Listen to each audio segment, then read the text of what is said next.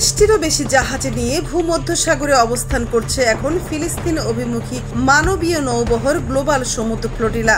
উদ্দেশ্য একটাই, বছরের পর বছর ধরে নির্বিচার জুলুমের শিকার হওয়া ইসরায়েলি অবরোধ ভেঙে গাজাবাসীদের পাশে দাঁড়ানো।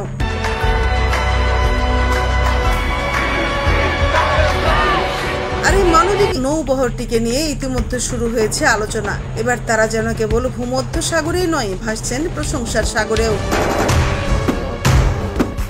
এদিকে বিভিন্ন সংবাদ সূত্র জানিয়েছে, ভূমধ্যসাগরে সমুদ্র নৌবহরের উপর ড্রোন হামলা করা হয়েছে। এই ঘটনার পর বিভিন্ন মহল ইসরায়েলের তীব্র নিন্দা জানিয়েছে এবং সমুদ্র নৌবহরের প্রতি সমর্থন ঘোষণা করেছে। আসসালামু আলাইকুম ওয়া রাহমাতুল্লাহি ওয়া বারাকাতুহু। সামাজিক মাধ্যম এক্সে প্রকাশিত বিভিন্ন পোস্টে এই মাধ্যমের ব্যবহারকারীরা সমুদ্র নৌবহরকে মানবিক মর্যাদার প্রতীক হিসেবে বর্ণনা করেছেন।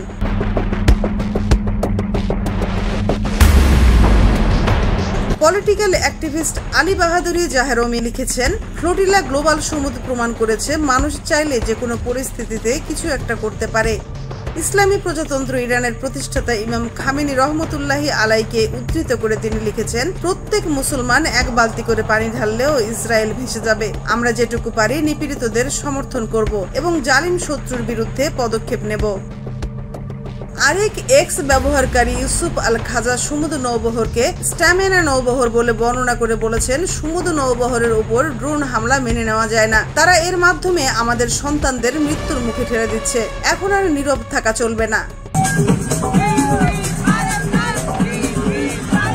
সারা রাদওয়ি বলেছেন, সমুদ্র জাহাজ বহরের যাত্রীরা আমাদের মানব জাতির মর্যাদা রক্ষা করছেন। এ পৃথিবী নামক গ্রহে তারা মানবতার পরিচয় দিচ্ছেন।